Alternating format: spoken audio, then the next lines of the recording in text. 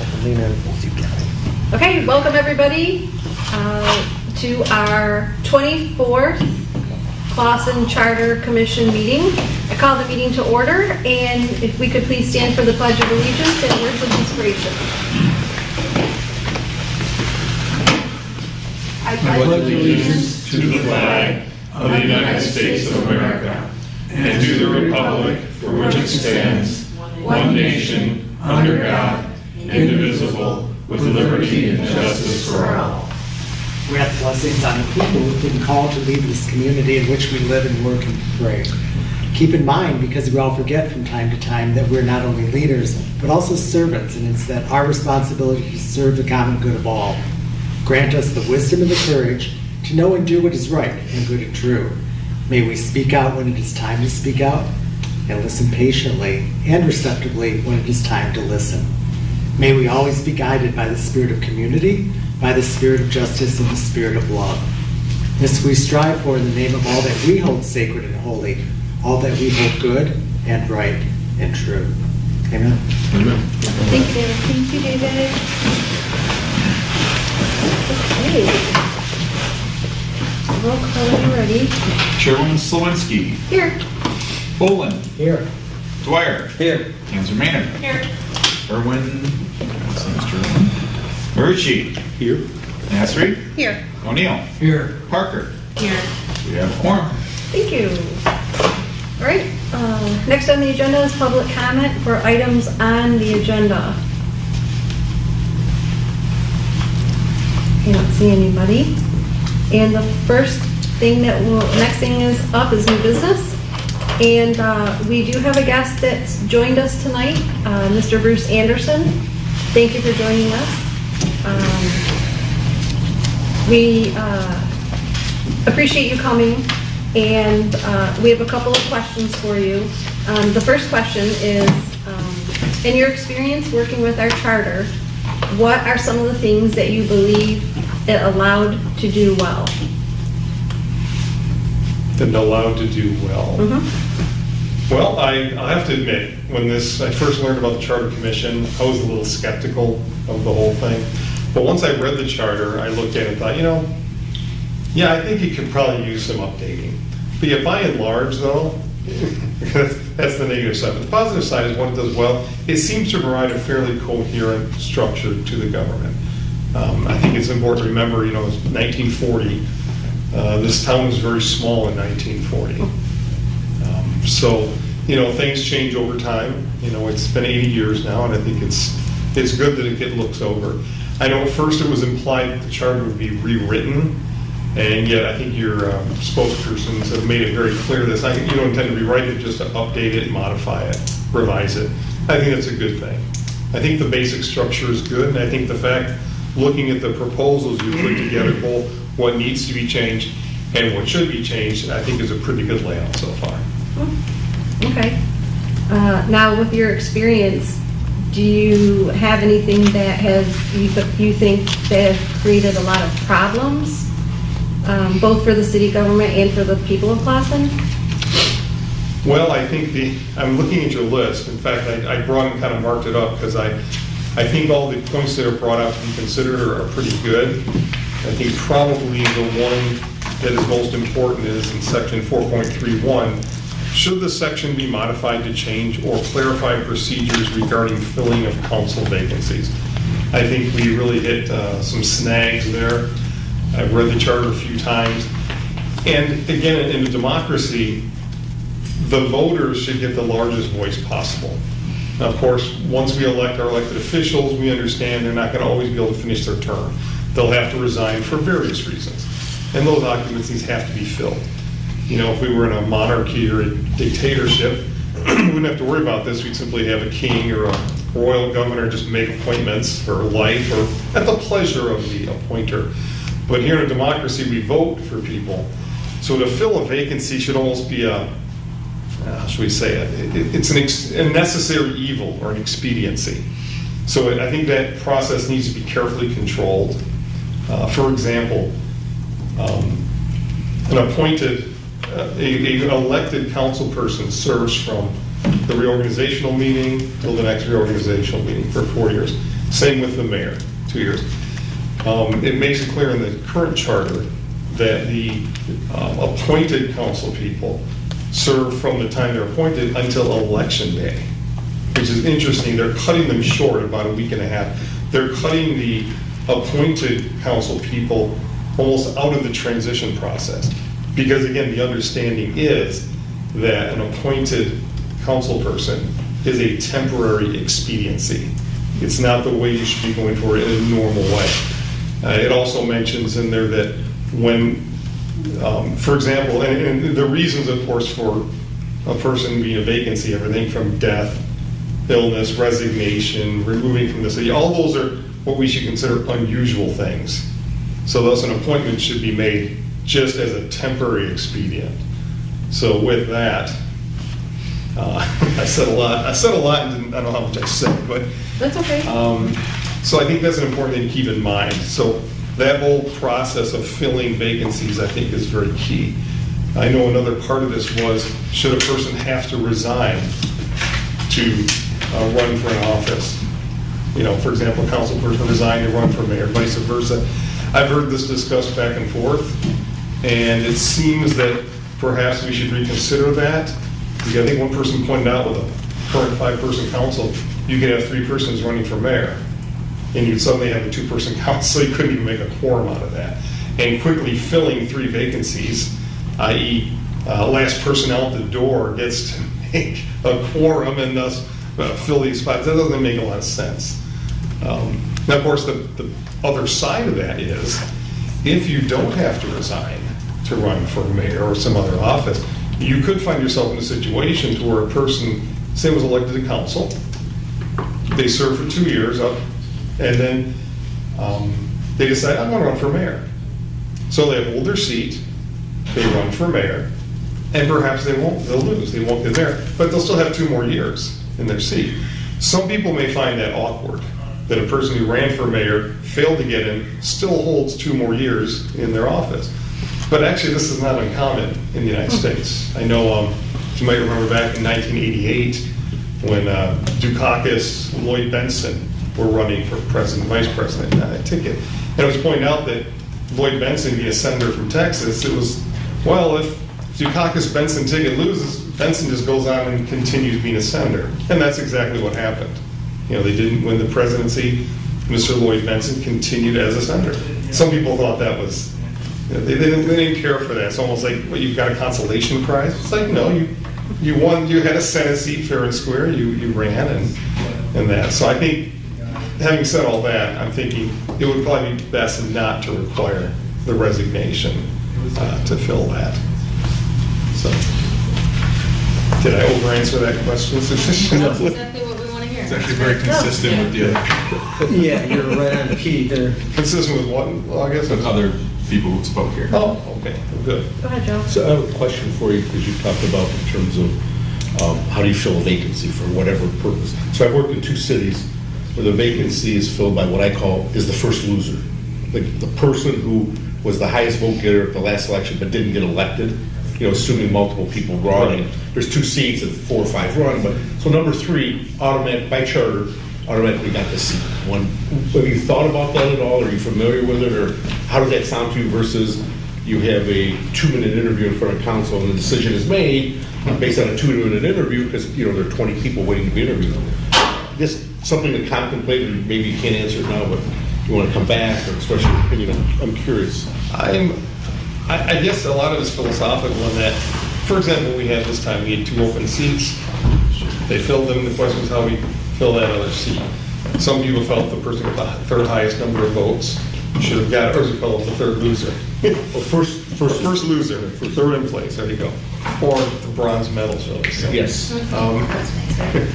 I guess my thought is, when in doubt, because we are a democracy, we should probably allow the first loser / 3rd person to get it. I do know that after the election, after I know I was now a councilman-elect, but not yet sworn in, the day before the last meeting of council, I did receive an email from the city attorney. And his thought was, Mr. Anderson, I think you need to know that 3rd seat needs to be filled within 30 days. And he sent this to Paul and myself via our personal email, because we didn't have our city email yet. And he said, essentially, I believe this is the decision of the new council. Okay. Well, reading the charter, apparently, that's one way to look at it. Some people, and what happened was the old council filled the seat. Okay.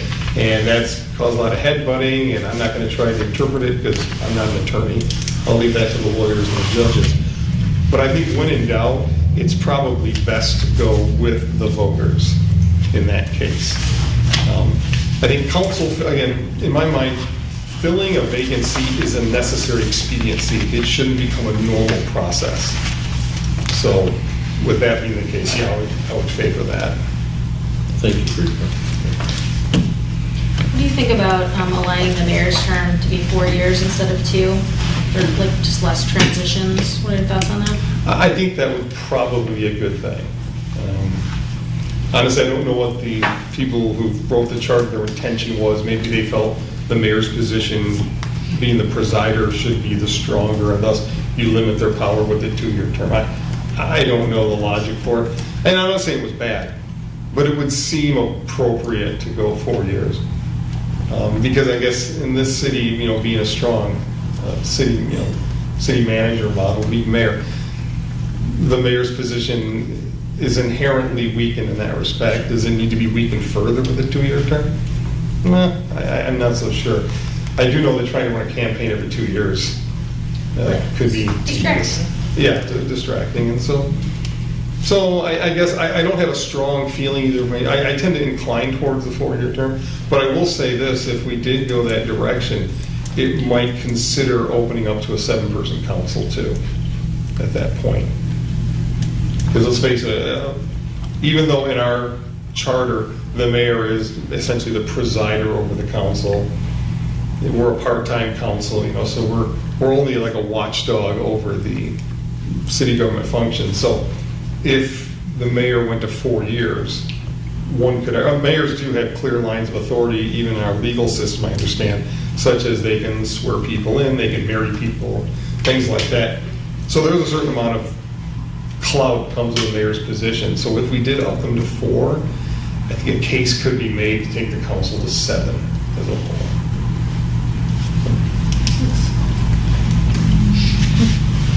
Anybody else have any questions? Thoughts? No? Complaints? Different meeting. All right. Let's see. So I think I did write a few notes based on what you've got. I have to say, I'm sorry, Attorney, what's your name, sir? John Starron. John Starron, okay. I'm Councilman from Sanderson. Nice to meet you, sir. I have to admit, I was a little skeptical with the whole concept of the Charter Commission, but I've really warmed up to it over the last year, having read the charter, looking at some issues I think should be addressed. And I'm looking at the open issues you've got here. I'm really quite happy with what you've got, both a list of what really needs to be done and a list of proposals. So I guess I had a few more, first of all, any more questions?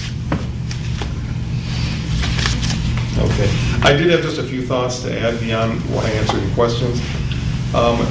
Minimum age of mayor or councilman stay at 25 or be lowered to 18. I think it's funny, age limits are always a touchy issue, especially the younger you are. I just know that in the federal system, to be a congressperson, you have to be 25. That's where that came from. Which I think derives from that. Yes. To be a senator, you have to be 30, and to be a president, you must be 35. So this was done 200 and some years ago. They did, and this was back when the voting age would have been 21. So apparently the guys who started this country thought to themselves, just because you're old enough to vote doesn't mean you possess the life experience and the wisdom and the knowledge to be governing things. So I think to myself, they padded on 4 years to, for the lower house being Congress, and then kept padding as they went. And I think that makes sense. Now the question is, how much wisdom and experience do you need to be a council person or mayor versus a U.S. congressperson? Obviously, I think Loaded question. Pardon, what? Loaded question. Loaded, yes. That's a good point. Yeah. Yes, there are certain people who hold these offices, you wonder just how old are you really? Yeah, I agree. But But that said, well, just as a note, my dad was in World War II. He was overseas in the Air Force. And I asked Dad, I said, so Dad, when in 1944, who'd you vote for? Because he was actually undergoing kind of a political shift in his mindset. So who'd you vote for in 1944? He said, I couldn't vote. Because they were voting overseas, right? He said, I couldn't vote. I said, why not? Well, I was 20. So I thought that was kind of funny. You know, he was fighting for the country, he's 20 years old, and yet he was just 1 year too young to vote. So now, of course, we have, you know, when he was drafted at 18, we have young people serving at 18. And so with that, I think it's fair to say that we probably could lower the age, because again, we're not talking to a congressperson, but I think 18 is definitely too young. Oh, yeah. So I'm thinking, to me, 20, I feel comfortable with 21. I'd like it a little older, probably 23. That's just my opinion. But I think 21 is probably the easiest to sell, because 21 is a recognized legal age cutoff, whereas, you know, 19, 23, those would be unique to our charter. So, yeah, my thought is definitely not 18. Maybe 21 and even a little older. I mean, I know when I was 18, I kind of thought I knew everything, but I've learned I didn't. So that's my thought on that. City council, we talked about the mayor.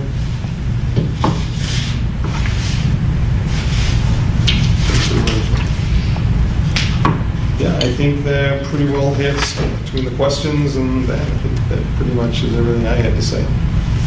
Okay, anybody else have any other questions? No? And you're always welcome to come back to our meetings or join us anytime we have one. And if you can't, you can always email us. Okay. But we appreciate your opinion and coming in and talking to us and answering questions. And you're welcome to stay for the rest of the meeting if you wish. I think I will. Again, I've spoken with at least 5 of you in this meeting. Yourself and Mr. Irwin, Mr. O'Neill, Mr. Murgy, and Mr. Dwyer. And I have to admit, all my conversations, I get a warm, fuzzy feeling, let's put it that way. I get a good sense that people are working together. I know Mr. Irwin, in one of our recent council meetings, he gave a short dissertation of what you guys are doing, and I think it was funny. He was done, and after he was answered, do you have any questions? And the council just sat there, it's like, no, you pretty well answered all our questions, and he did it in under 6 minutes. I congratulate him. I read a book once called Say It All in 6 Minutes. And I said, looks like you say, he said, yeah, it was 5.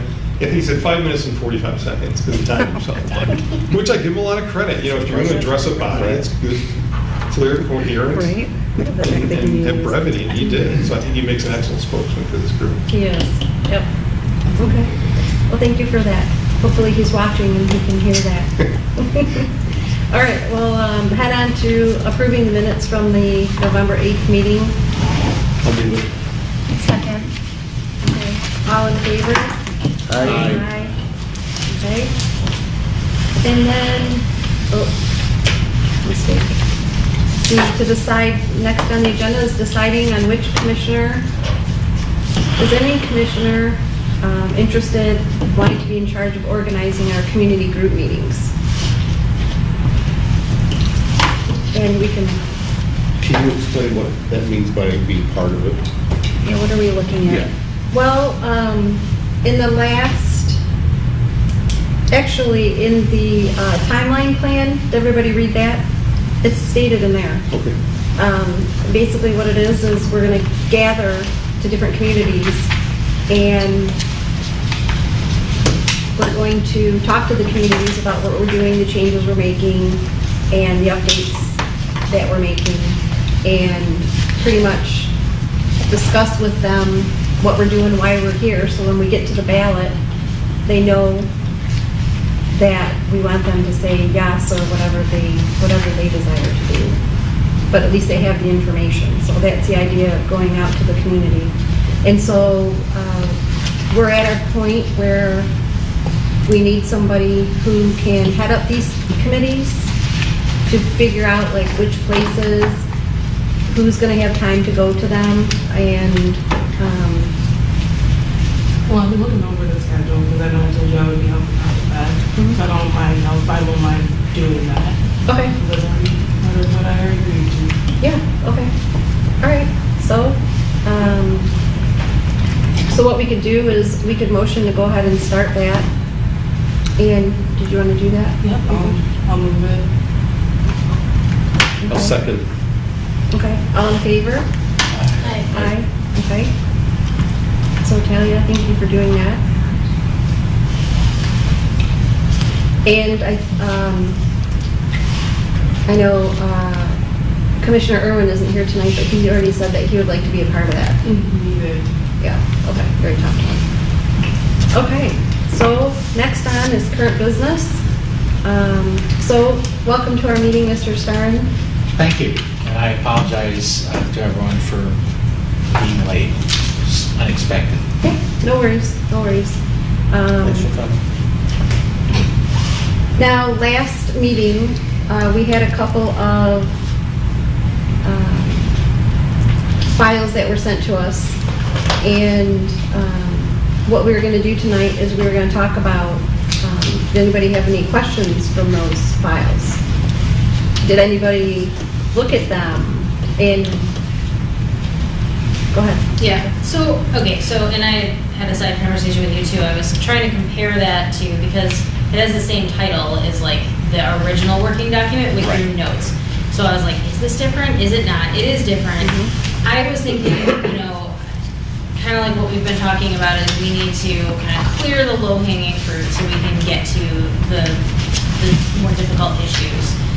And thank you for providing this, Mr. Stern. I think it's great, but I think it might do too much. I think we need to stair step it a little bit. Like, could we get a draft that only has the like the pronoun changes and stuff like that? Just like, so we can kind of take each issue piece by piece. Like, so first we do, the name changes, and then we can pass the, the sections that we're completely taking out. And then maybe the sections that are superseded by state law, just so it's organized, and I think that'll make it a little more bite-sized for the community to understand, so we're not taking this 50-plus page document and all of a sudden it's 20 pages and people are like, it's difficult, it's unwieldy, and I want people to be able to see, the changes step by step. I don't know if anyone has any thoughts on that? That's fine. I mean, that's doable, and I apologize if I misunderstood the direction. As you I don't know, think you did. I think I you're get just rethinking it. Every third meeting of you, and the chairperson's very good about giving me the recap after the meetings that I don't attend, but I may have misconstrued. It's what I tried to do, and I can format this however you want it.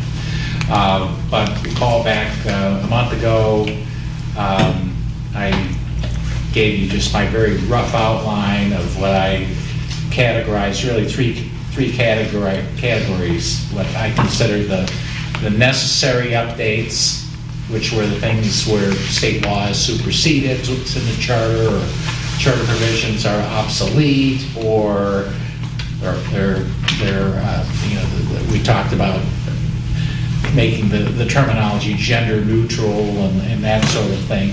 And that's what I tried to do in the version of the chart I gave to you.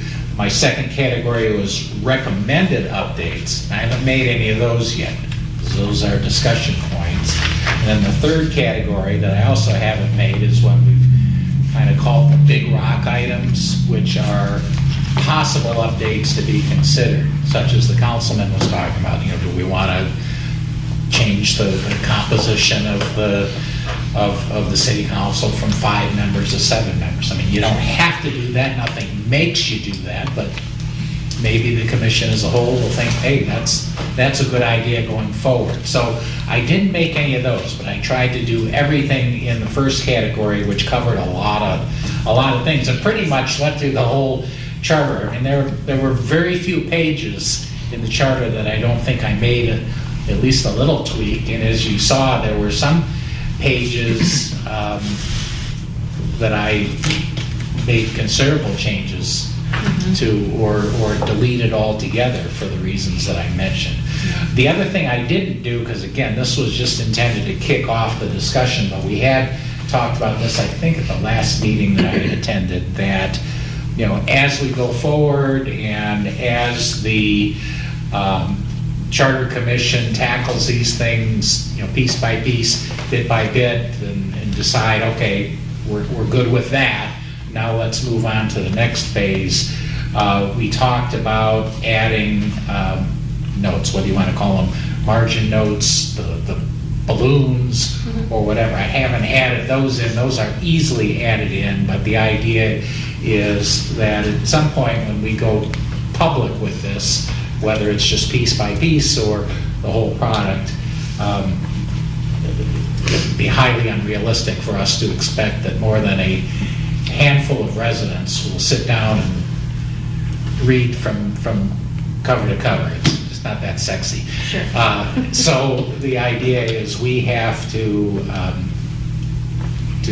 make this as user-friendly as possible, both in terms of explaining what we're doing in the document, as well as probably some secondary material, brochures, whatever it takes to explain it. So with that long response to your simple question, I can set this up however you want it, but I just want you to understand why I presented it the way I did. Absolutely, and I think this markup is great for our use. I'm just thinking practically for passing, saying yes, we approve it, that we should just make it a little more bite-sized, just so it's easier for people to understand. So I wanted to make a motion to ask our attorney, Mr. Sarin, to give us a draft with only the gender neutrality changes in there so that we can make a motion to pass that once we have that and review it, of course. I'll support that. I have a question. Yes. So the necessary changes that we received on, what was it, October 6th? There was 24 of them. Those are changes that are absolutely necessary, state mandated changes. Necessary from state law, or I guess I kind of put in the category some obsolete things. There's references to prior, the previous charter approval and the village of Clausen and that kind of thing, which maybe aren't technically necessary, but they definitely need to come out. Call those. So If you're opening it, you might as well do it. Well, that's what I thought. Yeah. So is that what we're looking for also? Or are we just looking, because I just want to be clear on, are those going to be added, or do we want him to do specifically just the No, that's a great point. I would like to amend my motion to include basically any language changes. And then I think that we do superseded by state law as a separate view in motion. And then anything that we're just completely taking out would also be a separate motion, just so we can look at it in a granular way. But is it easier to say, okay, anything that we know is coming out, is it easier to do a scrub of that first? That we were only looking at the condensed version of the changes that come after that. We're not looking at changes that are in information that we're going to take out. Yeah, that's fair. I mean, why update language in a section that's completely being removed anyway? Yeah, because I feel like the shorter we can get it, the easier it's going to be to, really start moving forward with the adjustments. Well, I just wanted to make sure, because I know there's a lot of discussion about some of these things, like, there were some sections that were like, we could probably take this out, like, we didn't, as long as it's just sections that we've already said, like, yes, this can come out because it is completely obsolete. I don't want to get into that gray area of, like, things we still need to discuss. Absolutely. So I could amend my motion to first do the chunk of absolutely needs to come out, and then the language I as would a second separate. that. I would second that. So for me to ask our attorney then, do you have with what you have from us at this point, are you comfortable with what we know is coming out and what we're discussing is coming out? Yes, I think so. Yes. All the necessary updates. Right. Yeah, I mean, I think I understand the motion that's been made and I guess tweaked, amended. And that, that's fine. We talked about this, taking this kind of piecemeal. The question was, are we taking great big bites of it first, or are we going to take it smaller bites at a time? And, certainly cleaning up the easy stuff, the low-hanging fruit, however you want to refer to it, will probably help facilitate discussion, because those are easy things, and we can spend our discussion time on the bigger things rather than having to go page by page each time to see, Right. where have we changed and why. I just don't want, when it comes back to the voters, for them to, then look back at our actions and watch the videos and whatever, and then just be like, whoa, one meeting, they took out half the charter, Yeah. what was that all about? I missed that meeting and it's half gone. Well, and that's why I do agree, that we can have kind of like bookmark charters where they can see where it started at. Yes. Our first draft revision. Exactly. Our second, so that they're welcome to go and, look between any sections that they Yes. want to. Because, let's face it, we know everyone's gonna do that before the voting. Totally. Yes, we can have a document that is titled, first revision, necessary changes, and then show what, Yeah. those things that are redlined, so they can very clearly see, this is what we took out, and then the next one is, Yeah.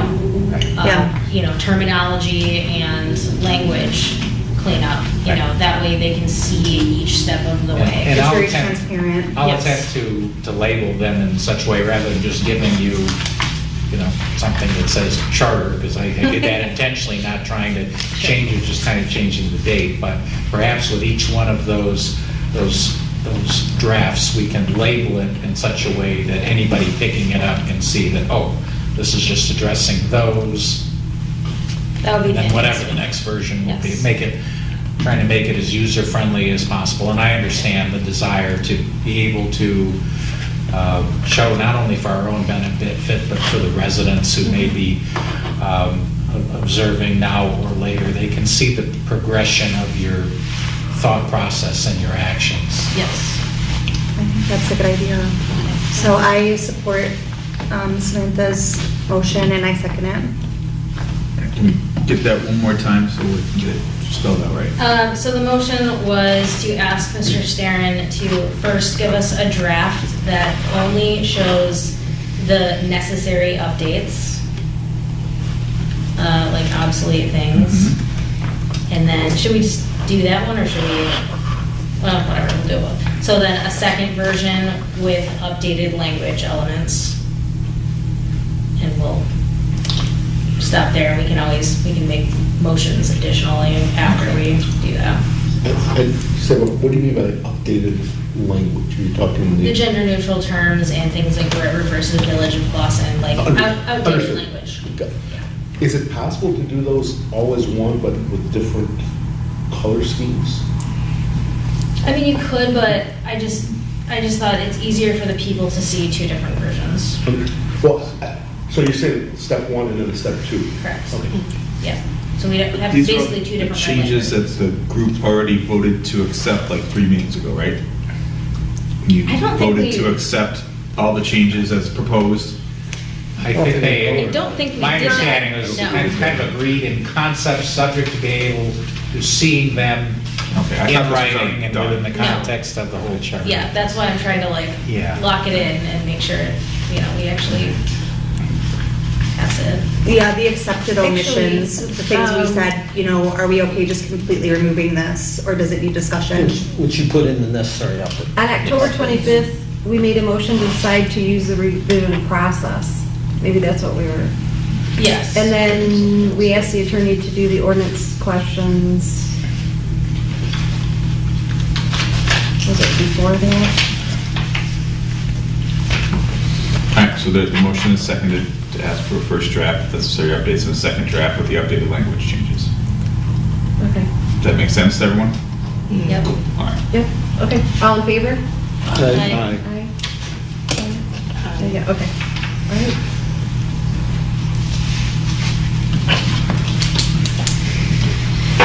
Okay, any other questions that we have for the attorney? I have a question, Stern, I have a question for you. Sure. Are we bound by the same provisions in terms of when we're done with this and we vote to put this on the ballot? We can't make any recommendation or tell people, hey, we need you to vote for this. Just like council. Now, you can't advocate for or That- against. that's what I'm What we saying, can do, just like you're. Money to do it. Well, let me put it this way. You can't, any more than council can or anybody else here in City Hall, you cannot utilize public resources to advocate for or against. So for instance, the commission putting up, this group putting up signs or promotional material or whatever. Vote yes. Please vote yes on charter revision. That would run afoul of the Michigan Campaign Finance Act. Now, a couple things we can do, though, very clearly we can do, is we can educate.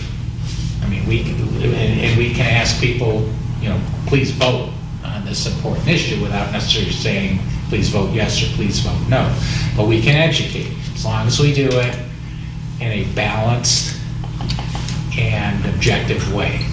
And we can't just include half the story or just the facts we want them to know, but not the other side of it. The other thing that's important is that individual commissioners, on their own or even at this meeting, you can certainly voice your opinions. Okay, we just can't we can't go to the city and say, all right, I want to get my opinion out there in August. Can you see about sending 1,000 mailers out for me or something like that? We can't do that. Okay. But you folks haven't given up your political rights and your rights of free speech by being on here. So, I mean, you can certainly announce that I personally support this product. Can we say that at a meeting? And you can Sure. say it at a meeting, Okay. because you're here anyway. So that's not considered to be utilizing, public resources. We just have to make sure that, again, we're not putting it out on signs and on brochures. We're not using, city hall staff here to make phone calls for us, to do that. Pretty much the same rules that govern the city council and everybody else here. But, it'll probably be implied that the commission is supporting, the commissioners are supporting the charter revision that you've worked so hard on for, however many months it turns out to be. But, saying so, and the people that you talk to, as to why you personally support it, not a problem with it. Just like city council members can come out and say, I personally support this millage and I hope people vote for it. They don't have to, but they can. They have the right to do that. Right. Now, you said we can't use city resources. Could we use our own resources to support? Oh, you certainly can. Form a I private commission. seem to recall at a meeting I attended maybe a month or so ago, I can't remember who it was, but somebody even brought up the idea of creating, separate from this body, but, some type of... Just as the schools did, there has to be a separate campaign. It has to be committee completely that separate. It can have files some, something. it can have some of the same people on it, Sure. but it's got to be legally completely separated from this body. But certainly, yeah, so there's things that can be done with private funds or through a private organization that can be used to raise funds and to promote or advocate ultimately for the charter revision. Thank you. Samantha, did you have another question? That's all, that was what I was gonna ask, Okay. is to make sure we could form a private committee. Say I got a sign, but instead of my sign saying yes, vote yes for the charter revision, we vote on the charter revision. I'm not doing anything, but I'm not violating anything. No, You you're can have perfect. You're perfectly fine doing that. What I was referring to is the Charter Commission can't take a chunk of its budget and say, all right, we're going to take this chunk of the budget and we're going to go print up, Vote yes. 500 signs or something like that. But if you have your own sign, you want to put it up on your yard or your friend's yard or your neighbor's yard with their permission, of course, you're free to do that. We already have some, so we're ahead of the game there. But there's nothing to prevent painting this frantically in commission the garage. to put up signs saying, remember that, vote on the charter question on November 3rd or 5th or 8th, not expressing. No, there's opinion. nothing at all wrong with that. I mean, this is I don't want to repeat what we talked about before, but this is a big deal for the city. Yeah. Potentially, because it's basically our constitution, right?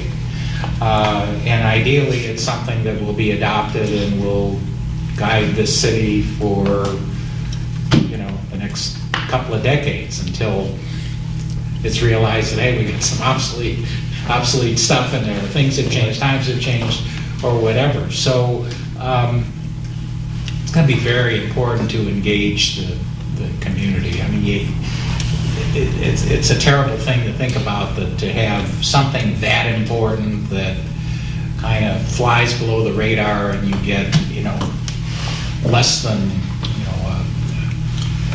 25% of the residents, end up even voting on the thing. I mean, we're never getting it 100% right, we know that. But we want to reach out to as many as we can, and without telling them how to vote, yes or no, but just, please no, please vote. We'll do our best we can to educate them through other educational materials and these community reach outs and that type of thing. But ultimately, we need to motivate people to, come out and vote. I have a question. I assume this has to go through the approval process long before it gets to the voters. Yes. So once this commission approves the draft, I understand it's go to the state's attorney general office? Before, State Attorney General. well, the governor and the attorney general, the governor relies very heavily on the attorney general, but that's right, before it, ideally that happens before it goes on the ballot. We try to time this out in such a way, and I don't know if it was in Brad Irwin's outline or not, but he kind of backed, that's how you do it, you're going to pick the election you want to be at and then back up from there Yeah. to determine what your deadlines are going to be. And it's a considerable amount of lead time when this commission needs to finish its work and give the thumbs up on something to go forward with. And I think it would be at that time that we would go to the governor's office, the attorney general. We had this discussion a couple of meetings ago, and I actually checked with the assistant attorney general, who everything goes under his nose before it goes anywhere. And he had suggested, as we thought, we want to allow at least 90 days lead time for that charter review, and to give ourselves enough time that if he finds, or his office does find something that needs attention or rewriting or getting rid of or whatever, that we have time to react to it. So I'm giving you a long answer to your short, simple question, but yeah, we'll have to, this charter commission will have had to make a decision to move forward with a final written product, really a number of months before it would be voted on. Do we have a target date for submitting it to the voters? Is it like next November? Or is Yes. that your goal? Our goal is not November. And as far off as that seems, it's still a pretty ambitious schedule for the reasons we mentioned, because there's a lot of time at the back end of the process that we have to allow for these reviews and the community reach out, the educational process, and just giving ourselves a little bit of a cushion in case we have to jump back into a meeting to change something. Well, you're effectively, if you need 3 or 4 months for the attorney general to look at it, you basically got 7 or 8 to play with now. Yes. We're aiming for mid-April to be locked and loaded and off to the state. Okay. Which, Sam, that's why I, suggested being more aggressive with our first Yeah. scrub, Yeah. because we don't know, we have some big topics to get into that are, Yeah, gonna take a little longer. Yeah, I think you're, as we discussed before, you're getting into the nitty gritty now. We're actually writing and editing and doing those kind of things. Up until this point, we've been more in the information gathering stage and getting input like we've gotten tonight from the councilmen, and from community residents and so on. And that will continue throughout this, but that was the initial grounding, and just the process you went through for the first, I forget how many meetings, but just doing the group read. And everybody just getting familiar with this document, that we're charged with determining what needs to be rewritten on it. So now I think we've gotten those preliminaries done.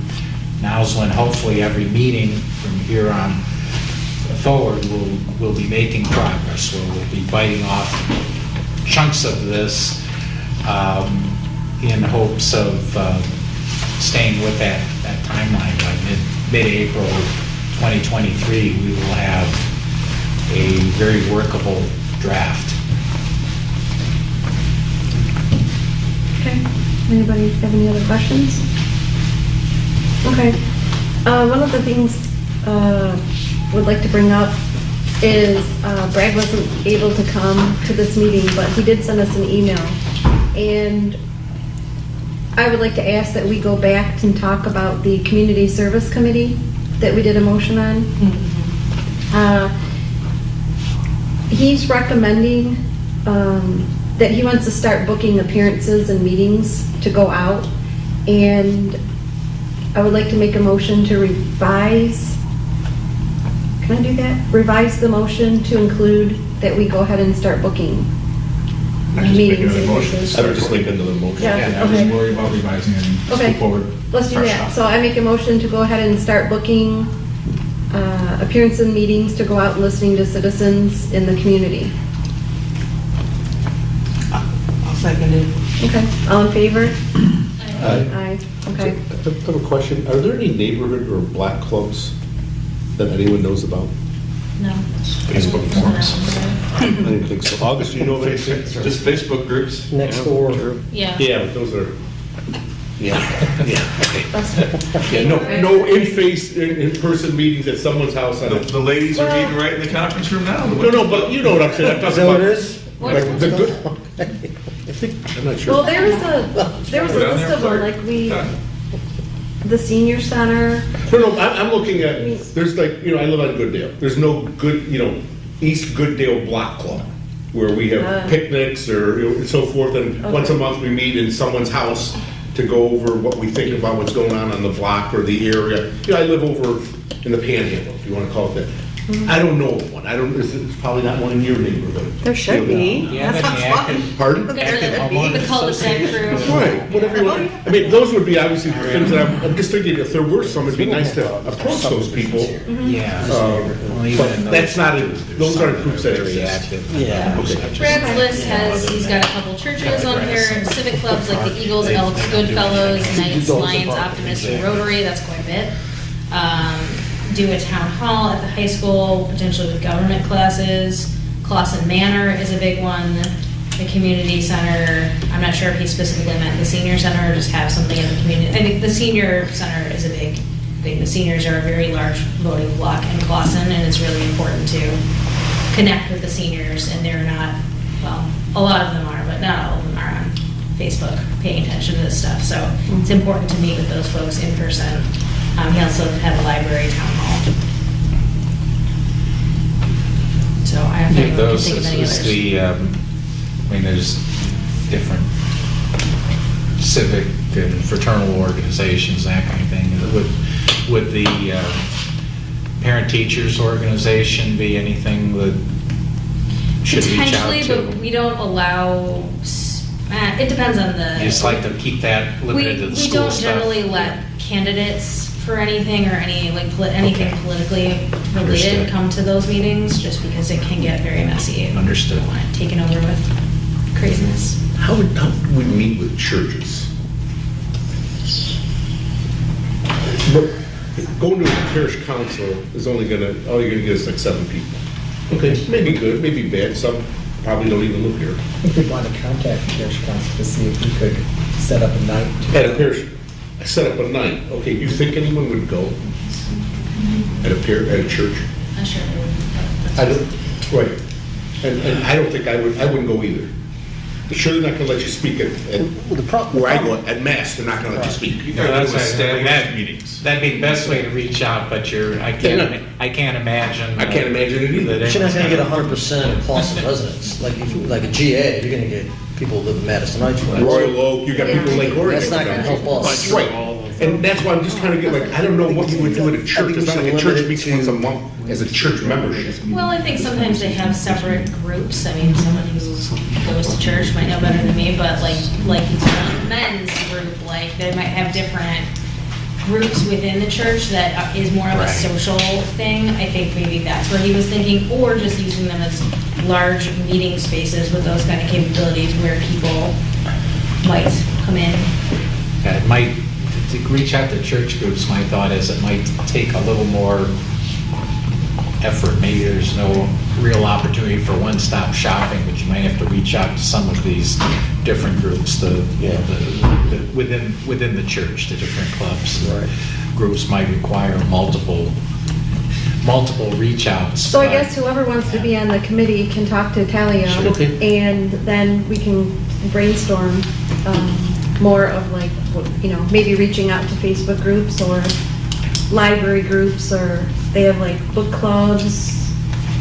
Yeah, well, and I think a big Yeah. part of that too is gonna be the resources like we talked about, like here's the draft with these changes that we made, Mhm. and then having all that stuff on a website or somewhere where it's very easily accessible for people to actually look at it. So when we do go out to these groups, we have something to point to and say, hey, I'm here to answer your questions, but here are some things that you can review. And on that note, how do we do that, August? Do you know, but can you help us brainstorm how we can get, if we go to these meetings and we say, here, this is where you can see our revisions, but we want it to be like a public document, would we just put that on the website? There's no other way. I mean, it depends on what you're going out there to do, to tell them this is what we've done, or ask them what they want you to do. And what's the point of going out there? I mean, no one gives a crap what you've done. You guys have really overinflated opinion of people. You think that they're gonna go look at all these drafts. You really do. It's all about a final product, Yeah. or what do you want us to do? No one cares about anything in between. They just don't. I mean, They either want to tell you what they want to do, or they want to tell you what they think of what you've done. The middle things are not going to be important to them. And Honestly, you got to find these groups and go to them. So you think we should wait till we have a final product? No, if you want, depends on what you want to do. What's your goal? Is your goal to get input, or is your goal to show off what you've done? mostly to get input, I To get think, but I input. just think it's important, even though, yes, I completely agree with you, is anyone gonna like hold up two versions and compare and see what we've done? Absolutely the not. end, But it's important to be transparent in the process, that's why I made the motion I did, but. I think to get their input, you're gonna have to guide that input somewhat. I think that you We should- got I 10 think that talking just points, guide- and these are the exactly. ones So if you just show up that and we're say, really gonna so, Can we debate. put those what on would the you like us website? to do On in the the city charter? website? People aren't gonna know, but They I don't think. even know what it is. But I think Yes, if you you go can. like The August city is website. suggesting, and you have certain What do talking we points, do? you know, what do you think about the You walk in with 10 government things you talk structure? about. What do you think about the tax structure? What do you think about this and that? Just to get people's brains stimulated so that they'll give you that kind of feedback. Walk in with you an want. outline of 5 that you think are the big ones that you think are going to be the most debated here, and it's your, as the person outreaching, bring that to those groups. I was just gonna agree with what August said, honestly, and then we can just put a link on the site and they can pull up the PDF themselves. I think we're really, unless we're gonna plan on mass printing out a brochure with the list that he gave us to show the change, the recommended changes and the possible changes that we're deciding to make, which we're not even sure we even wanna give them at all because that's subject to change itself. I think we just are gonna go in, and I think what August said is like, we're not, I never thought that we were walking in to inform a lot of people about what was going on. My expectation is if you care, that you watch at least 1 or 2 of these meetings. Sure. And we're just coming in here to give you a progress report. Now, if you have questions, if you have comments, that is Q&A session, and that's what we're there for. But I think when it comes down to it, we are there to tell you, hey, this is what we're doing, this is what's happening, how do you feel about it? And if you like it, you like it. If you don't, you don't. We're going to get negative reviews, and we might not get a large turnout, but that's why I think that we're looking at multiple You're locations. not going to make everybody happy. Yeah. In the very first meeting, we discussed that you have to take it to them and force it on them because they're never going to come to you. Tracy? The staff. Well, actually, Joe had his hand up for me, but My only comments were, I think besides telling someone to go to this website, I think if we go to speak, and let's just say it's a group of 8 or 10, I think we ought to have 8 or 10 of the, as far as we've gotten along with the charter, and tell people. You know, I talked to one council person after the election last year, and I asked this council person who ran for council, did not get elected. I said, did you read the charter? And he goes, no, what is it? And unfortunately, that's not uncommon. It's really not. People think it's I would say ordinances, that's they more think common. about things like the chickens. It's our constitution. And so most people, except part of this is just to inform people, there's a group of 9 of us who are planning the future, that you ought to be aware of, this is what we've been tasked with. So it's that whole information, like, don't forget to vote on November 8th regarding the charter. You know, it's informative. So we're just doing that, instead of doing it the month before November 8th, we're doing it 8, 9, 10 months before.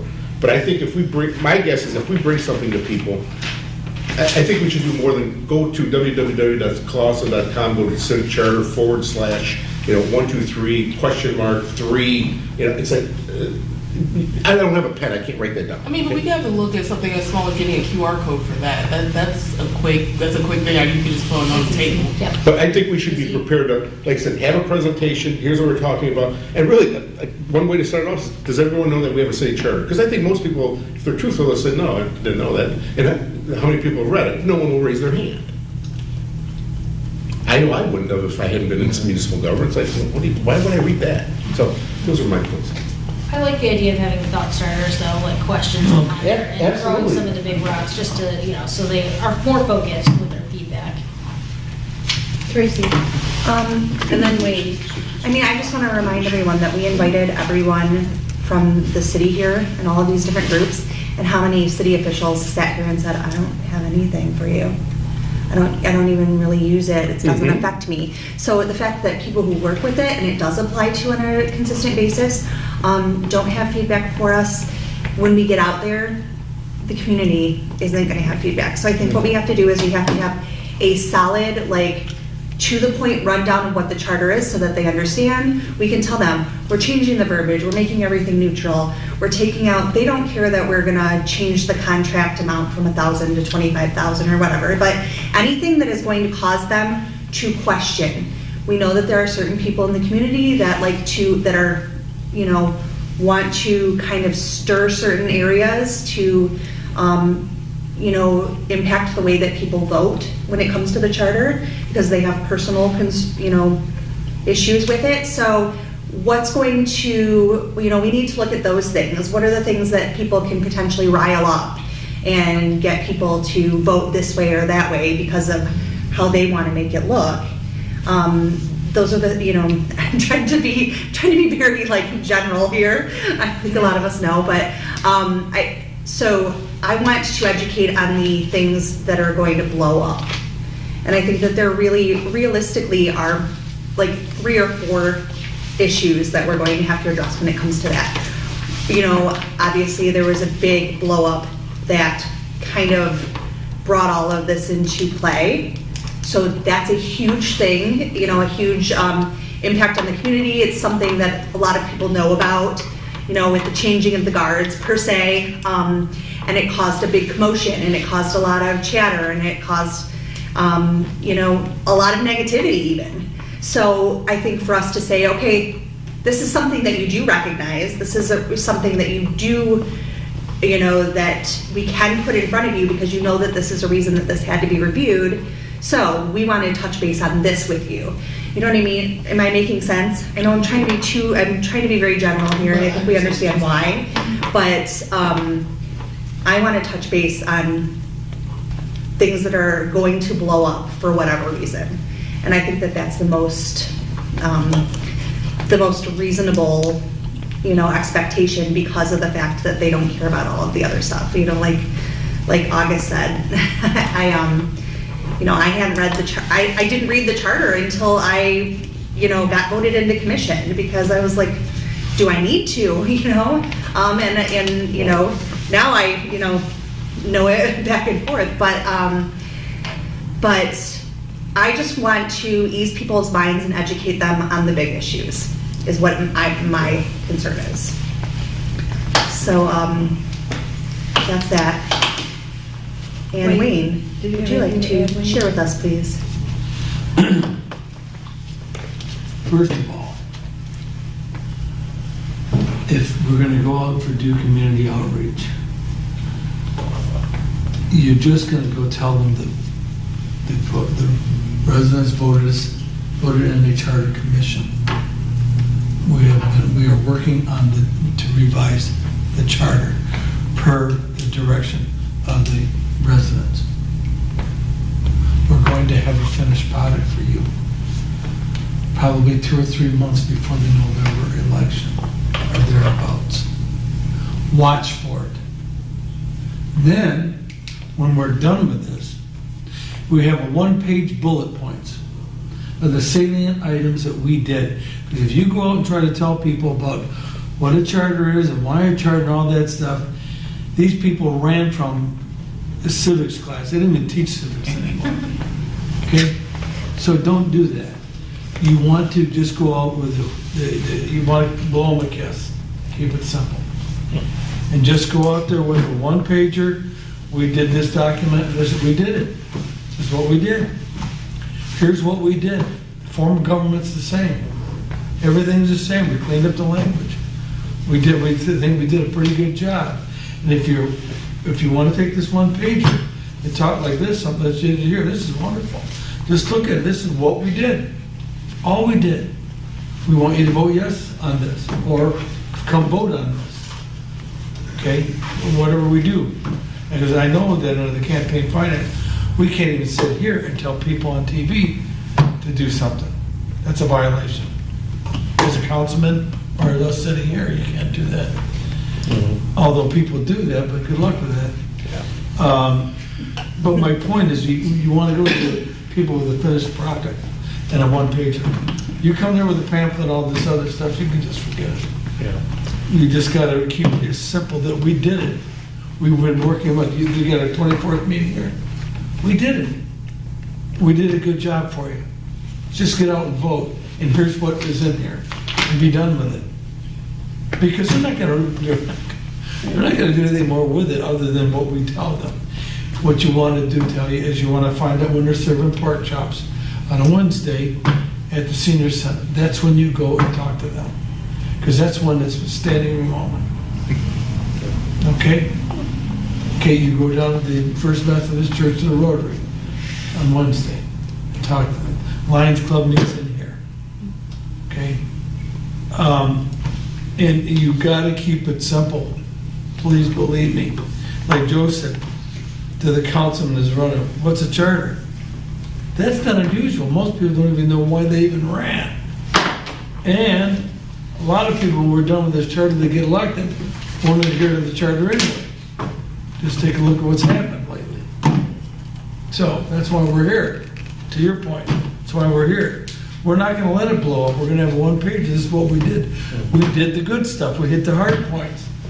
We've been working on this for 2 years. We did a good job. Thank you very much. Go vote. Well, they're not going to go vote no. They might. My point is, if you go out there with the salient points and the positive stuff of it, if you go in there and start to say, well, we had in there, we have aircraft carriers and shit. They don't care about that. I didn't know what an aircraft carrier is anyway. I'm just telling you, I taught you in that class, did I not? Well, you weren't there, but the students come over once a year for the Student Government Day. And those kids learn more that one day than they do all in high school. Sorry, high school. Because they become the treasurer, they become the city manager, and they go to the council meetings, and they understand all they know about it. And they will tell you, and ask your treasurer that just retired what she did to her boyfriend, when her boyfriend was the council president or the mayor, and acted like a jerk, and she brought a ring to him, put it on his counter, and that was last night. Stacy ever saw him, she was so... You don't learn that when your football teacher's teaching you government civics class. Oh, I know, no, when you Football got... coach is teaching government class, you don't get that. Yeah, I know. But I'm just serious, you gotta keep it real simple. Okay, understood. You All gotta right. keep it real Bruce, simple. you're up. Did you have something you wanted to say? Yeah, I had a thought, but actually, off what you said, you need to throw down an engagement ring. You know, the old saying, if you want to find out what a person's made of, give them some power. I guess you got to see him on display with some power and didn't like what you saw. Anyway, on a different note, yeah, I think I agree with the sentiments there. Here's, for most of the people, just explain the main points. That'll probably satisfy 90% of the people. There's that 10% that want to go deeper, and those 10% is usually the louder speakers. I was thinking just once you get your finished product, you just set it up where you've got a page. On this column is the old charter. On this column is the new charter. Old charter, you just simply highlight in orange what you're taking out. On the new one, you highlight in green what you added. A lot of people want to say, well, okay, Wayne, I heard your bullet points, but really, come on, what's hidden in the details, man? You hand that and say, there it is. That's what old, new, this came out, this went in. I know I saw a copy of the U.S. Constitution that way, and I thought it was great. You know, how many times it's been amended, and you just watch the language, this scratched out, this in. I thought, this is great. You know, for people that get into it. Again, most people don't get into it, but those who do are going to express a pretty loud opinion. Makes sense for other reason as well, if I may. One of the themes we talked about early on, and I'm sure the city council hears at every meeting, and others too. It's kind of a buzzword these days, but being transparent. And we all know what voters do when they're not sure about something. What's the safe thing to do when you're undecided? You vote no, because you figure no change is better than bad change, right? So I think that Mr. O'Neill's ideas are good, but we need to make sure that when we do present it with our bullet points, whether we have the side-by-side comparison or something, that that it's done in such a way which hopefully dispels any feelings or suggestions that there's something hidden between the lines, that there's ulterior purpose, there's other things going on. Which there is not. Here it is, folks. This is all it is. You can read it or not read it. It's up to you, but it's all here. Nothing hidden. No smoke and mirrors. And you can refer them to a link where they can go right to it, and here's the whole thing. If you feel composed. If somebody wants to do a deep dive, sure. Go a deep dive. Yeah, read the old one, read the new one. Only take an hour for each one. It's not that detailed. There will be at least a handful of people that will want to do that, but most won't. They'll be satisfied with just the highlights as long I know about these charters only because I have as to they feel enforce they're them. trustworthy. Right. And I will be honest with you, of all the years that I was here, I had to go back and look, and take a look. Right, Joel? I was shocked about the 25. Just to make sure. What does it say in there? Well, and that's kind of to my point, because like even when we were, like pushing to get the charter commission approved, nobody knows what the charter is. Nobody read it, has read it, but there was so many negative comments about how we were going to ruin Clausen, and this group of people were just going to cause anarchy. Us being that group of people, by the way. And, I couldn't believe the chaos that was ensuing in these conversations over something that really is very simple and mundane stuff. Yes, it's important, but it's a simple thing. This isn't like, we're not ruining people's lives, and we're all staying here in the end. If we ruin Clausen, we're all living here. Why would, it just doesn't make sense. So that's what I was getting at. Like, it's so crazy how when there are those people who want to make noise on the other side, you know, one person can just terrify so many people over nothing.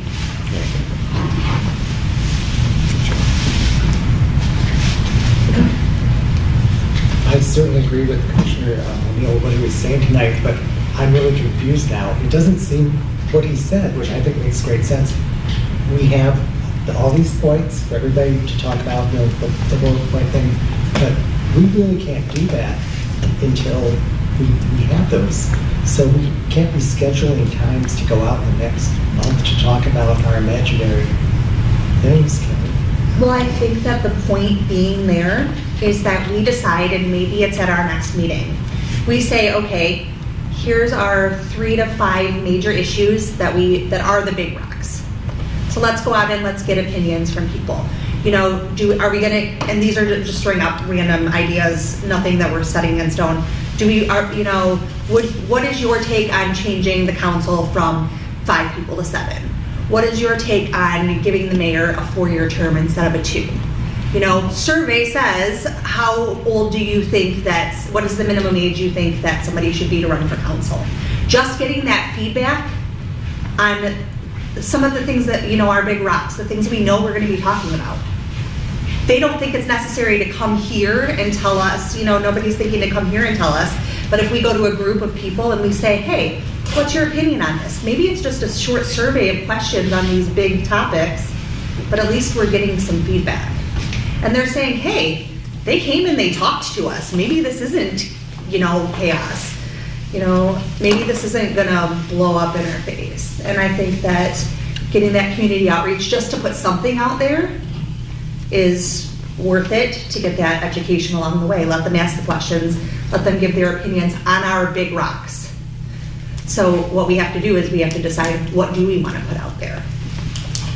And you have the ability to see every single copy of our charter as we make changes to it.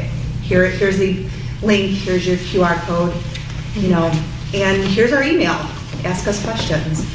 So, because I just would hate, I don't want to see this fail because other people put their take on our situation out there, you know. And I go back to the fact that there was a lot of false information about what the charter was and what we were meaning to do, and us in general as, you know, personal about us, you know, a lot of misinformation, and I did find myself making a lot of corrections along the way. So if we can like kind of try to cut that off at the overpass so that we have a better chance at getting people to say, hey, I know you're saying this, but I saw this, I learned about it firsthand. So, you know, if it's only 100 people. Can I ask a question? Sure. How many commissioners here have had people come up to you in the last 6 months and ask you how the commission's going, what are you doing, or anything like that? I've had a couple. I've said one.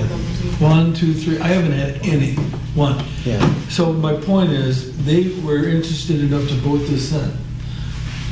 So I think they get enough that they have faith in us.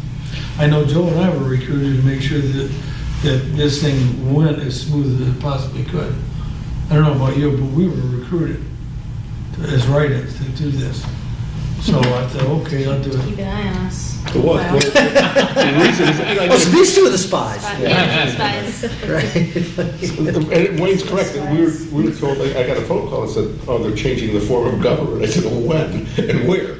And when have we once told you that? When have you heard that at all? Yeah. Never. Exactly. That's me. This is what I'm saying. I was People- gonna make Right. a motion to make it a constitutional monarchy, and good thing Right. you guys are here and stop me. I'd personally rather have a dictatorship, but.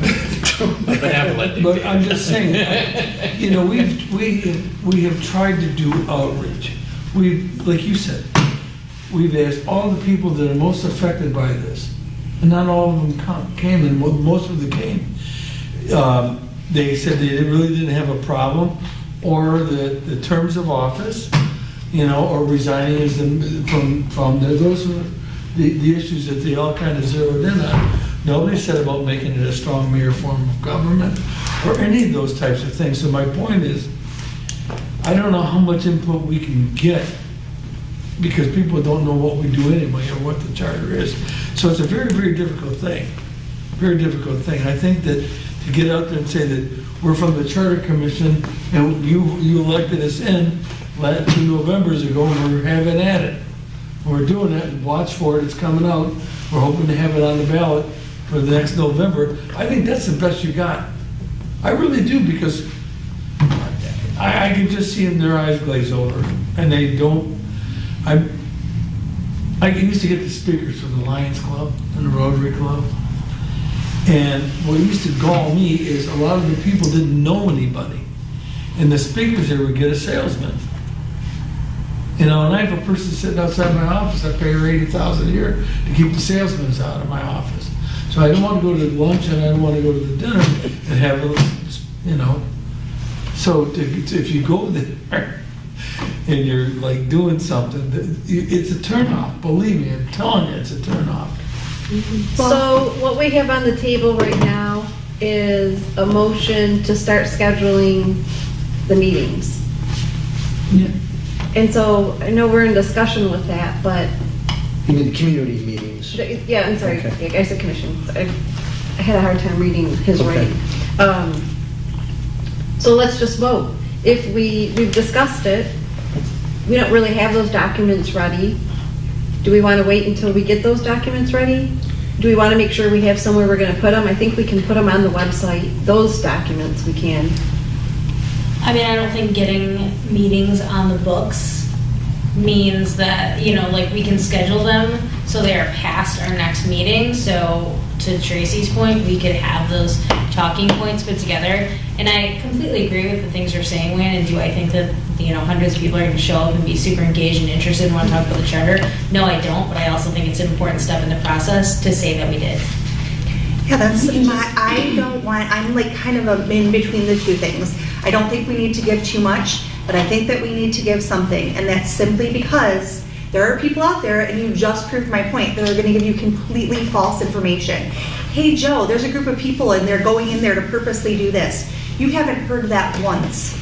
I don't think either one of you can say that you think that any of us have a hidden agenda. On TV, this is, okay? So everyone knows this. And that's what all of us have been saying from the beginning. So I want to be able to give us our say. I want us to be able to get in there and answer the questions and give our say before that starts, because it was ridiculous. It's ridiculous. You know, so. We also don't want to keep bringing it up, because keep bringing it up. That's putting it back out there, if you know what I mean. Well, I know, but those are the things that are causing this to, those are the things we need to change to make this work for people. Yeah, but This you is still also- what's sitting with everybody. Right, but you also remember when we were all elected, that was a very busy time for that election included in the city for what happened. So there was a lot of that was going on at the time.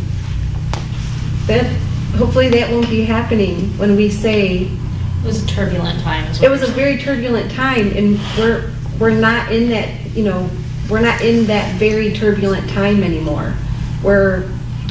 I just would like everybody to remember that was a turbulent time, but we may not be in that turbulent time now or in the future. We may or we may not, but just keep that in mind, that it's going to be a different time. And we don't want to keep going back there to the turbulent time, because we're trying to move forward.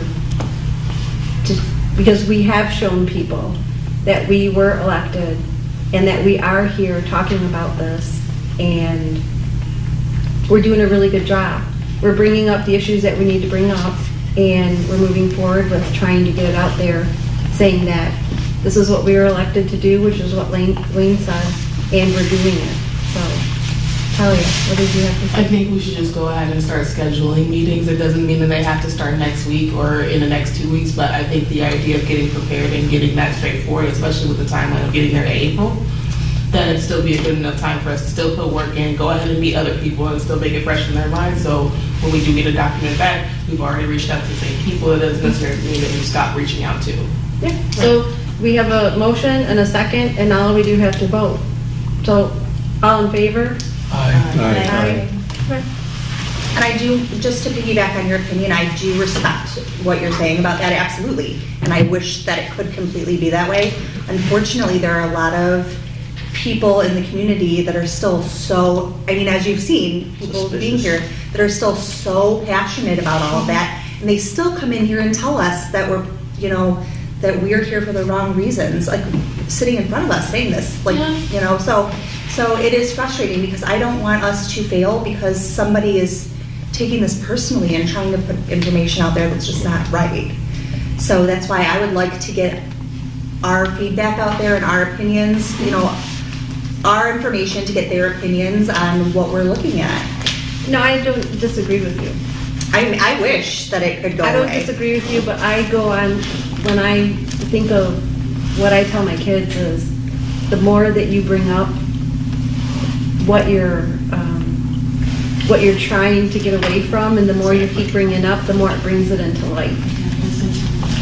So that's all I'm saying is we're gonna do, they've already seen what we're doing. And so it's good that we have, you know, it's good. We voted yes, we're gonna start the meetings and we have a committee now, so it's all good. Yep, and just so we're clear, opinion is perception, guys, and if that perception is that we're doing something wrong here, that's why we're going out to dispute those. Which is exactly what I'm saying. Yeah, we're all agreeing on it though. We're all here. We all agree with that. Well, no, I just didn't want you to think I'm trying to like keep it negative. It was frustrating to me that it was still being portrayed that way, you know, even just a couple of weeks ago. And I don't want people to vote against this because of information that they don't have, or inaccurate information. Okay. Go ahead. I completely agree with what you're saying. I mean, you don't need me to remind you, but I mean, this commission was created by a 3-2 vote, including the council, and when put to the ballot, it was passed, I think, 51-49. So it wasn't like there was a groundswell of people out there saying, oh, please, fix that charter, fix that charter. Well, now you're here, and I think, from my point of view, I'm comfortable with what you're doing and the direction you're progressing in. The key is just making sure the naysayers kind of are at least placated to some extent. And because you don't want to have to go through all this work and have to be defeated in a popular vote. I think Mr. Starrett made this point very well. When people look at something and they're not clear on what they're looking at, their tendency will be to vote no. And I don't want to see that happen here. So yes, please do educate. Thank One you. other question, John? Sure. I've dealt with amendments in several different cities, and it's a vote of the city council. When we get done and we say, okay, this is the document, we approve 5-4, 9-0, this is the document on the ballot. Do we have authority to tell the clerk that, okay, let's put this, or does it have to actually go to the council for them to say, put this question on the ballot? Well, the council doesn't need to approve your end product. Correct. The Charter Commission is a separate. Right. I mean, we're here under City Hall, but is a separate body. What the council does do is they ultimately approve the form of the ballot before it goes to. That's what I thought. To print. So there's a potential stumbling block, Well, or at least a timeline, or something we have to yeah, I factor mean, in. I think that it would be, I don't want to anticipate a problem that may not be likely to happen. I think if the city council were to not approve of the, putting something on the ballot because they don't like the product that came out of the independently elected Charter Commission, that might be a tough thing to defend. Yeah, I mean, there is that So we do have- possibility that's we have out to- there. We have to factor that too. So Yeah. the form of the question, is that put forth by you or by the city attorney? Typically, the city attorney would be responsible for that. In the case of a charter revision, though, most likely that's something that will be ironed out at the time that we're going to the governor and the attorney general. Okay. It's getting usually, when you present it as a package. Here's the proposed charter amendment, as you said before, or in our case, it'll be the revision, and then you typically would submit the ballot language along with it. So, I would be involved. I would probably want to caucus and cooperate with Rennis, to make sure that we're on the same page. We're working with each other, not against each other. Just to other make things this we need to smooth process. factor in. There's such thing as, when you have a 5-week month, council skips them. It doesn't skip a meeting, it's just not every other week. All of a That's sudden, right. So you gotta look at it and say, oh man, this is gonna throw our schedule off. Well, when you say the ballot language, that is, all that goes to the city council before it goes to the governor? Correct. What if it's a 2-2 vote? Then it fails. That's my point, we got a 2-2 vote, they don't even like each other. We're getting better. Can we ask you that? No, I know. But it can happen. You guys playing together better Yeah, now. I guess that does raise a question to me. I was not under the impression that you had to get the approval of city council. Yeah, But I did you don't say- think, you don't have to get the approval of the document itself. What I'm talking about is the ballot, because this will all go on the city ballot, and before every election, if August was here, he'd be able to give us the exact, drop dead I think it's 13 weeks dates. before the date. Yeah, they change it all, then it's some crazy 13th Tuesday It's before the it's election. 13th Tuesday before Something the actual like election. that. But they can block it from But going on but the ballot. technically, the council has to approve the form of the ballot, which would include everything that's going on. Right. The election at the local level that way. And if the council doesn't approve the ballot, then, We're SOL. well, not just for this, but I mean, Right. everything. Oh, There's not- whole there's ballot. not- Yeah, there's the whole ballot, that's what I'm saying. We'll be looking for new councils. Right. But that's after the fact.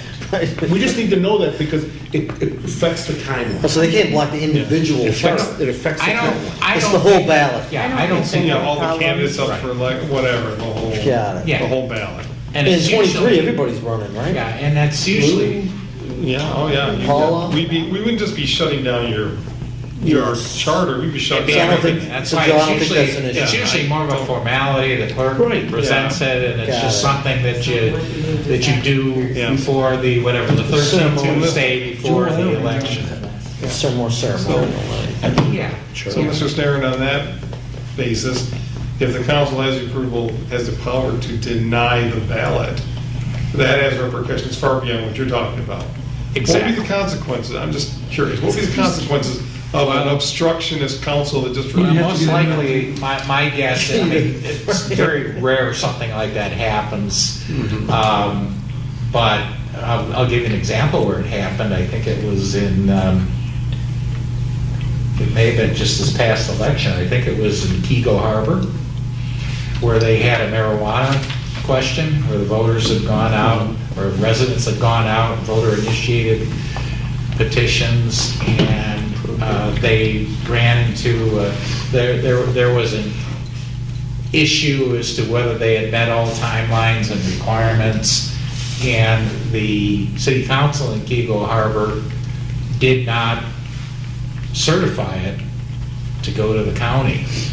They were in court the next day, and that case went from circuit court to a final decision in the Court of Appeals, like inside of 5 days. World record speed. That's lightning speed. But so without getting into very details, the Court of Appeals made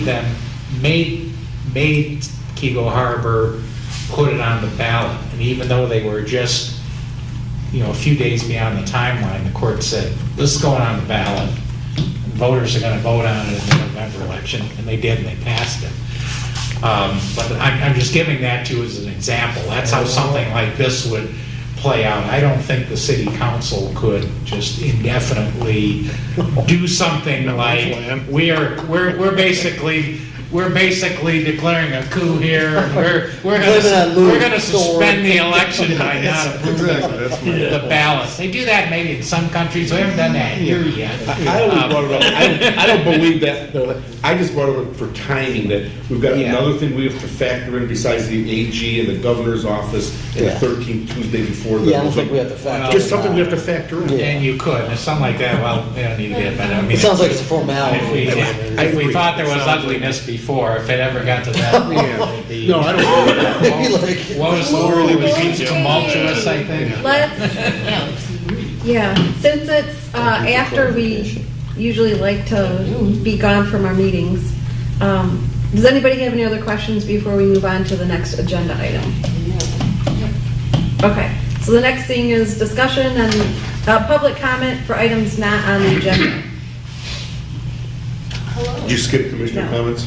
Oh, commissioner comments. Well, I didn't say it, but we did have commissioner comments. I think we kind of covered that. No, no, it's all up. That's what You we've got been another doing comment? for the last 30 minutes. I thought we were talking. Yeah, so, discussion on the next agenda items. So for the next agenda, what would we like to discuss? Just one thing I want to bring up, and I wanted to do the commissioner's comments, but I didn't realize that that was being superseded. We have 10 meetings left before our self-imposed April deadline. Is that going to be enough time to do the work that we need to do? I just want people to contemplate it, because if we need to go to 8:30 or schedule a special meeting, I guess I don't want to have 4 special meetings in April because we didn't plan accordingly in December through March. So I think we should just think about, does that seem sufficient amount of time to do the work that we need to do? So if you, I think we Hoping get it to- done. in the, you know, the 2 items, we want to pass those first 2 drafts in the next meeting, so that can be a next agenda item, review and. we have those in sufficient Yeah, time? I will have those for you in time for inclusion in your packet at your Thank next you. meeting. Thank you. That's the, And I think those should move relatively well. I think where maybe you're going, well, bogged down isn't the term, but where you'll need more time and have more discussions when you get into your big rock items where you can have differing opinions and maybe even changing opinions as you discuss it among the group. Just like we were talking about earlier with the, going from 4 to 7 council members. You make arguments for it, you make arguments against it. No Supposed to have one- 5. No one's, what did I say, 4? I meant 5. We have 4. But you know what I mean, depending on the circumstances, or your hypothetical, you could come down on that question differently. But ultimately, we're going to have to come to at least a majority decision on that here at this commission level. And so those 2 things, and then so Talia and Brad can hit the ground running, those kind of talking points, that 1-pager that we talked about, I think that's got to be key on there. And to your point, Joe, I think, as we move, once we kind of get these low-hanging fruit out, like, as long as people are coming to the meetings, like, ready prepared.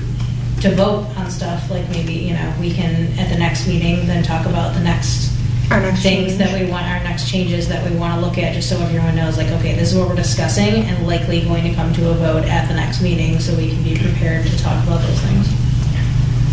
So our comfort level with what we want his next, the next adjustment to be. Should he be here at the next meeting? Do you guys want him here at the next meeting? I think if he needs to hear our points of view on what we want to deal with, not next meeting, but the meeting after that, because we're expecting some type of, again, a third item to appear. I think he needs to hear what we're saying. I'll be happy to be here. It's nice to feel wanted. Yeah. And my wife likes the night off. Yeah. She owes us. She told you. Yeah, she told you. Okay. So, I guess since you got a lot of meat and potatoes to get into in the next 10 meetings, Only 15 hours. there you go. So maybe That's all. make sure your guests don't talk too much. That's never been a problem with us. Right. It really has. Well, no more guests. It's Shut up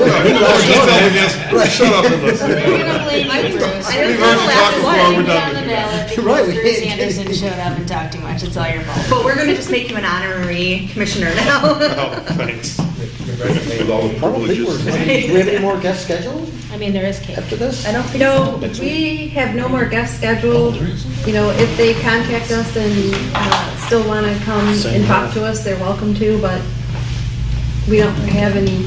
There's still a few out there that haven't responded back to us, but I think we're just taking that as they're just not available. Yeah, I mean, if they do, then that can just be a public comment and Yeah. put that in there.